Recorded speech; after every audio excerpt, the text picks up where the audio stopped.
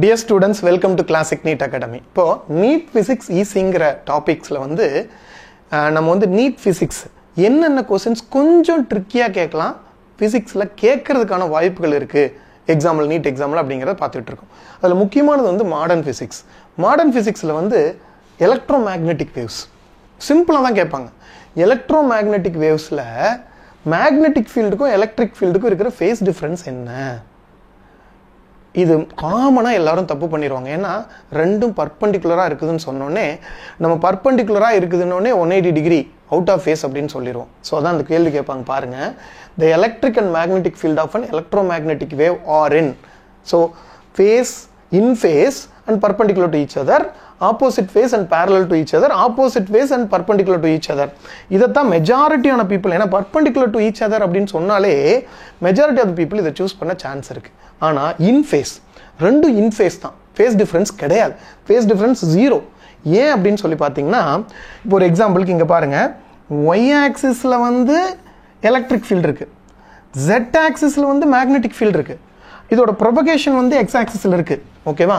அப்படின்னா ரெண்டுமே start at 0 தான்.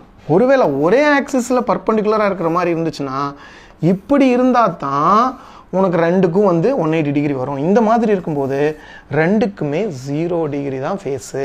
ஓகேவா? அப்போ இன் ஃபேஸில் தான் இருக்கும். ஓகே, அவுட் ஆஃப் ஃபேஸில் இருக்காது. இது ரொம்ப ரொம்ப முக்கியமான கொஸ்டின். இப்படி தான் போகும்.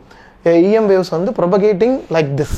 இந்த இஎம் வேவ்ஸோட பெரிய பெரிய வந்து உங்களுக்கு அட்வான்டேஜ் என்ன அப்படின்னு பார்த்தீங்கன்னா, இந்த எலக்ட்ரோ மேக்னெட்டிக் வேவ்ஸ் தான் நமக்கு வந்து இங்கிருந்து அமெரிக்காவுக்கு பேசுகிறோம் எப்படி டிரான்ஸ்ஃபர் ஆகுது, அப்படியே அந்த எனர்ஜியை மேக்னெட்டிக் ஃபீல்டு சேஞ்ச் ஆகி எலக்ட்ரிக் ஃபீல்டு கிரியேட் ஆகி, எலக்ட்ரிக் ஃபீல்டு சேஞ்ச் ஆகி மேக்னெட்டிக் ஃபீல்டு கிரியேட் ஆகி, ரெண்டுக்கும் எனர்ஜி ஈக்குவலாக இருக்கும். இதையும் நீட்டில் ஒரு கேள்வி கேட்டிருக்காங்க.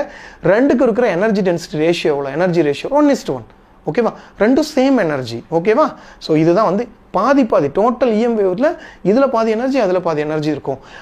இது சேஞ்ச் ஆகிறதுனால அது கிரியேட் ஆகுது, எலக்ட்ரிக் ஃபீல்டு சேஞ்ச் ஆகிறதுனால magnetic field, magnetic field change ஆகிறதுனால எலக்ட்ரிக் ஃபீல்டு மாறி மாறி கிரியேட் ஆகி செல்ஃப் கிரியேஷன் பண்ணிக்கிட்டு இது வந்து அவ்வளோ தூரம் லைட்டோட ஸ்பீடில் போகுது. அதனால தான் இங்கேருந்து நீங்கள் பேசுனீங்கன்னா உங்கள் பிரதர் அமெரிக்காவில் இருந்தாருன்னா அங்கே பேச முடியுது. சரியா?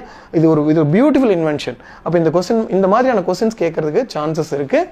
ஸோ அதனால் கேர்ஃபுல்லாக பார்த்துக்கோங்க. ஓகேவா? ஸோ நீட் ஃபிசிக்ஸ் ரொம்ப easy. Wishing you all the best. நல்லா பண்ணுங்க. We'll see it in a different other concept. Thank you. Opposite to Ponusami Counter Kalyana Mandapam, Salem. Contact 78670 14165.